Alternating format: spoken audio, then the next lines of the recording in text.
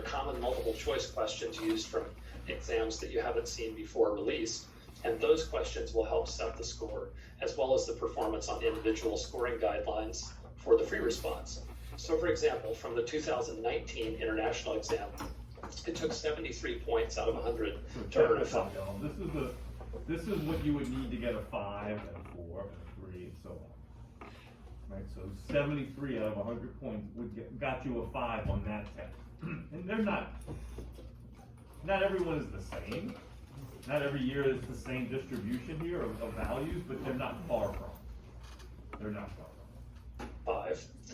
It took 59 points out of 100 to earn a 4, 44 points to earn a 3, and 32 points to earn a 2. So one of the things we've been telling you is that you can really achieve some good results on the exam. For example, by getting half the points, you are looking at a qualifying score of a 3. If you can get it up to 60% of the points, then you're in the territory for a 4. And if you can get it up to, for sure, 75% of the points, you're looking at the highest possible score of 5. So know the score. I'm going to hand it back to Luke for tip number 3. All right, here we go. AP exam tip number 3 is read the question, which we say RTQ, and answer the question, which we say ATQ. Now, the first part of this, of course, is to read the questions carefully. And this is something that Darren and I have been trying to model all of these sessions. So you notice that we will circle or box or underline important numbers, words, and phrases as we are going through the question. The other thing to look for too is like what is being asked. So find the actual question and determine what's the most important thing that this question is asking for, and that can generally help you with your approach to take for that particular problem.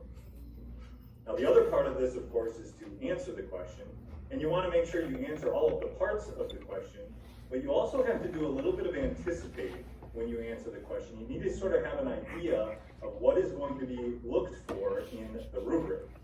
So let me give you a couple of examples here. If you have a question that asks you to describe a distribution of quantitative data, here are the things you want to make sure that you talk about in your answer. You want to talk about the shape of the distribution, any possible outliers, the center of the distribution, and the variability. And then you also want to do this in the context of the problem.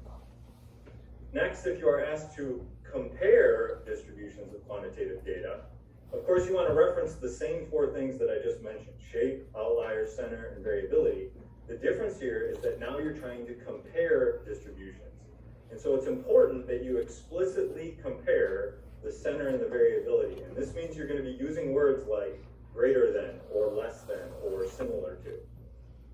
If a question asks you to describe the relationship between 2 quantitative variables, what we're going to be looking for there is that you talk about the direction, which should be either positive or negative, any unusual features, which could be outliers or influential points or clusters, the form, which is generally going to be linear or nonlinear, and then the strength. How close does the scatter plot fit the particular form that you chose?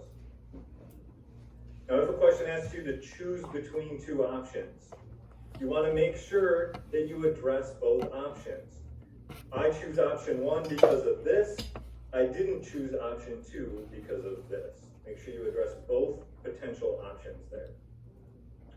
And then the last one here, if the question says do more than one thing, like identify and interpret the slope, or sometimes a problem will say calculate and interpret, you want to make sure that you do both of those things. You don't want to just go through your calculation and leave it there without your interpretation. All right, I'm going to pass it back to you, Darren, for tip number 4. Thanks, Luke. So the next tip